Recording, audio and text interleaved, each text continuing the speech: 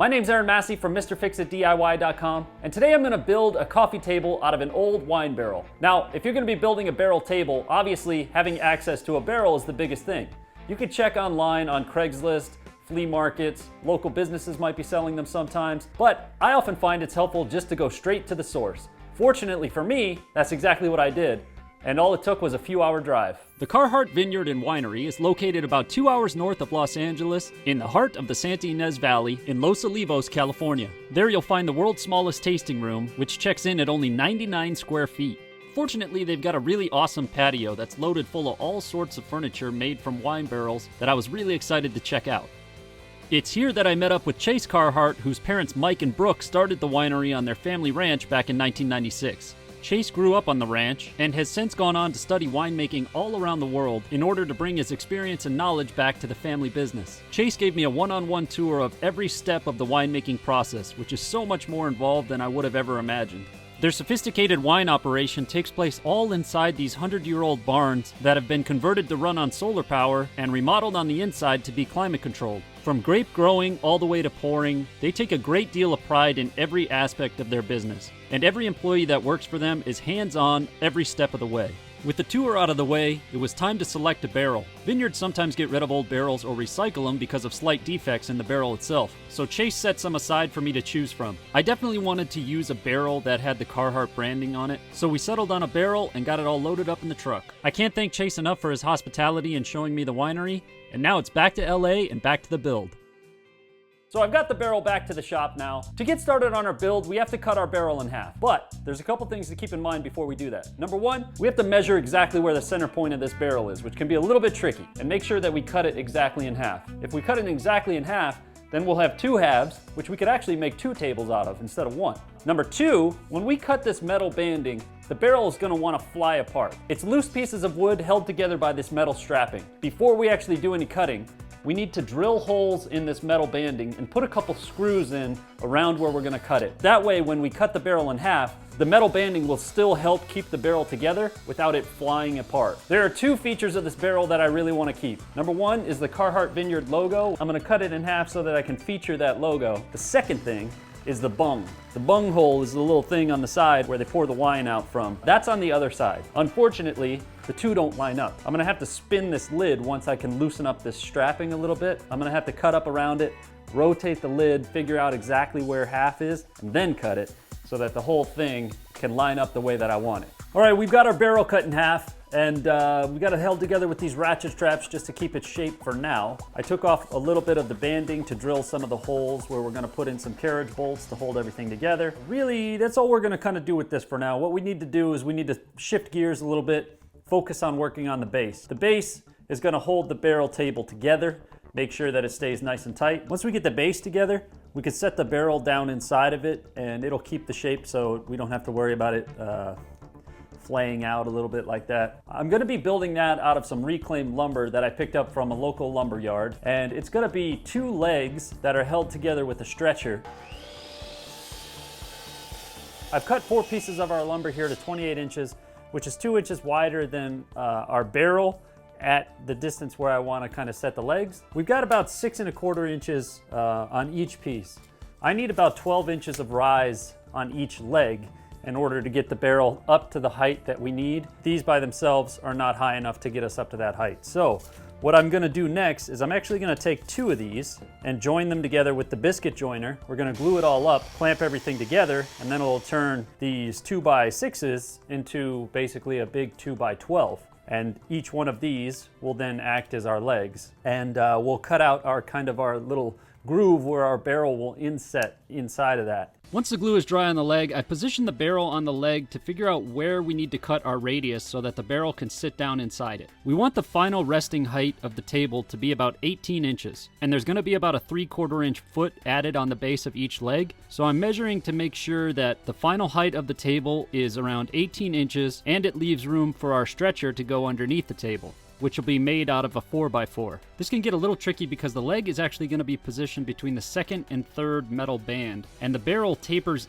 outward as it goes towards the middle. So once I get it roughly in position, I actually put my pencil up against the side of the barrel where the leg's gonna go, and then I try to keep that pressure along the side of the barrel in the same spot as I move around it so that I can scribe the radius. Now obviously this isn't completely precise, but it's good enough for what we need it for, and we can go back in and clean it up a little bit later. With our radius marked, I use the jigsaw to cut it out. The blade on my jigsaw is actually set at a slight angle, around 3 degrees, to compensate for the fact that the barrel bulges out. This isn't really the best tool for this, but it is the best tool that I currently own for it. Ideally, I'd be using a bandsaw to cut this out, but since I don't have one, I have to use my jigsaw. Now that we've got the first leg cut out, we can actually use it as a stencil to mark our second leg. The only thing to keep in mind is that one side of it is actually a little bit deeper than the other side because of the angle of our blade. So we need to make sure that the shallower side is the side we mark. That way when we cut it the exact same way, we'll have a mirror image.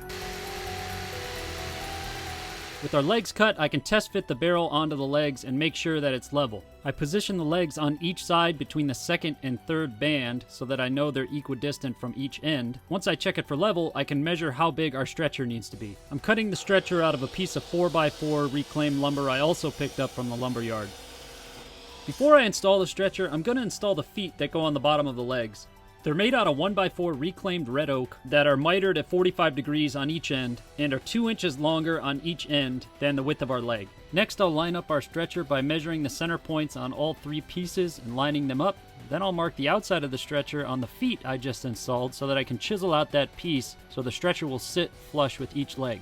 To install the stretcher, I glue each end, then drill a recessed pilot hole into each leg before driving in a 4.5-inch lag bolt. The lag bolt is going to pull everything nice and tight, and I use some pipe clamps in order to hold it in place while I install it. Our base for the table is assembled, and before I go and attach the barrel to it, now is a good time for me to put a coat of stain on it, because it's going to be a lot easier to access all the little ins and outs of it before the barrel is on it, and makes it a little bit harder to maneuver around. I'm not going to do a finish coat on it right now, but I'm going to get some stain on it, and that way when we go to finish it later, we won't have to worry about trying to stain all these little cracks and things that are really hard to reach when the table's heavy. While the stain on the base dries, I'm gonna go back to working on the barrel a little bit and get it sanded, cleaned up a little bit so that we can stain this and then put the 2 pieces together. While the stain dries on the barrel, I spray paint each band black because I think it looks better, and then I reattach the bands with some carriage bolts. Our barrel and our base are now stained, and the bands are back on the barrel. Still have the tie straps on just to hold it together for now. The next step is to actually put the barrel in the base and then attach it. Oh, mother of God!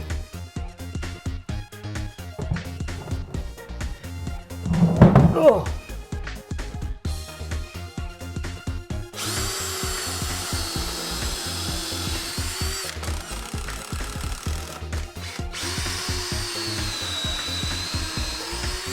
With the barrel installed in the base, we can finally remove the ratchet straps that are holding it. I started on the upper frame last night. That's going to give our table a nice clean look when it's open, and I wasn't able to finish it, so today I'm going to finish that, making that out of red oak. Some kind of cleaned up milled red oak instead of the reclaimed look. I like it a little bit nicer on the inside here because this is going to be exposed when we open it up. I'm using the biscuit joiner again to carve a little biscuit in each mitered corner, and then I'm gluing it all together and clamping it in place with this cool little Bessie strap clamp. The overall dimensions of the frame are 34.5 by 28 inches, and it's designed to sit right over top of the barrel and obscure the raw edges. Next, I tip the barrel on its side and polyurethane the inside using some spray polyurethane. I've never used this before, but because of the shape of the barrel and the ease of use, I figured it'd be worth a shot, and it actually came out really nice. From there, I can move on to putting together the top. The tabletop itself is going to be made out of pallet wood that I have. I'm going to bust apart some pallets. It's cheap. In fact, it's free. It's got a real rustic, reclaimed look, and it's good enough for what we need it for. And what we're focusing on is that it's free. Before I run the pallet pieces through the saws, I go around and I punch out all the remaining nail pieces that are inside. Now I'm going to take the pieces of pallet wood and clean them up on the table saw and try and get some nice straight lines for joining it together. Because the pallet wood is all different sizes and doesn't have very many straight edges to join together, I decided to make a little jig for my table saw. I'm using a piece of straight lumber and attaching it to the pallet pieces. I set the height of my blade only deep enough to go through the pallet wood, and then I use that straight piece against my fence to trim off the uneven edges of the pallet wood to create a straight edge. Once I get a straight edge on one side, I can adjust my fence and then send it back through a second time and get a straight edge on the other side. Once again, this is not the best tool for this job, but it is the best tool that I currently have for this job.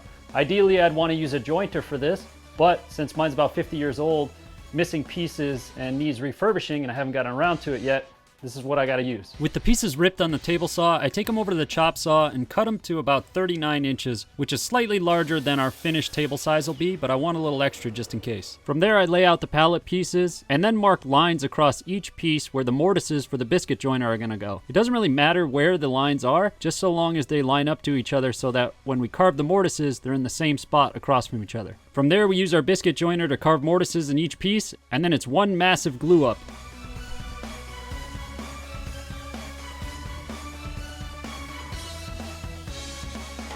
While the glue up sets up, we can scrape off the excess glue, and then we can go back to staining the upper frame and getting that installed on the base. I'm using some wood glue, getting the frame in place, and then attaching it with some brad nails. It's the final day of the coffee table build. The base of the table is pretty much finished, which means we can spend all our effort on the tabletop. I spent some time last night sanding a bunch. Once again, the sander's not the most efficient way to do it, but it's what I've got. It's a little extra work. But if you're afraid of a little extra work, you're probably not watching this video, so who cares? One thing I should mention, if you're gonna be using pallet wood, make sure you wear a mask when you're sanding it. They put all sorts of chemicals and stuff in these so they can be weather resistant and last a long time. So if you're gonna be sanding them, make sure that you wear a mask just to protect yourself. With both sides of the tabletop sanded, I can cut it to length. I'm making a mark at 38.5 inches, which gives us a 2-inch overhang on each end. And then I'm using my level as a makeshift track saw, clamping it in place, and then using it as a guide so that I can cut a straight line. Next, I'm attaching a little bit of a backbone on the underside of the table to add a little strength to our tabletop. So I'm using some leftover red oak to create 2 little backbones that'll go on the underside of our tabletop and give it a little extra strength. From there, it's all about the finishing touches. Using some wood filler, I fill in some of the nail holes in the tabletop. We gotta stain the tabletop, add a couple coats of polyurethane, do some touch-up paint on the base, add the hardware, and then this table is finished, and I can't wait for you guys to check it out.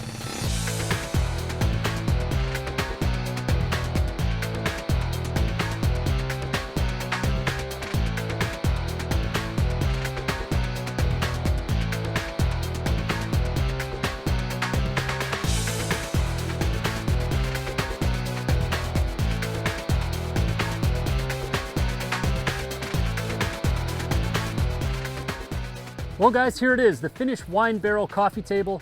I hope you guys enjoyed this project. If you did enjoy this project video, please hit that like button and leave a comment down below and let me know.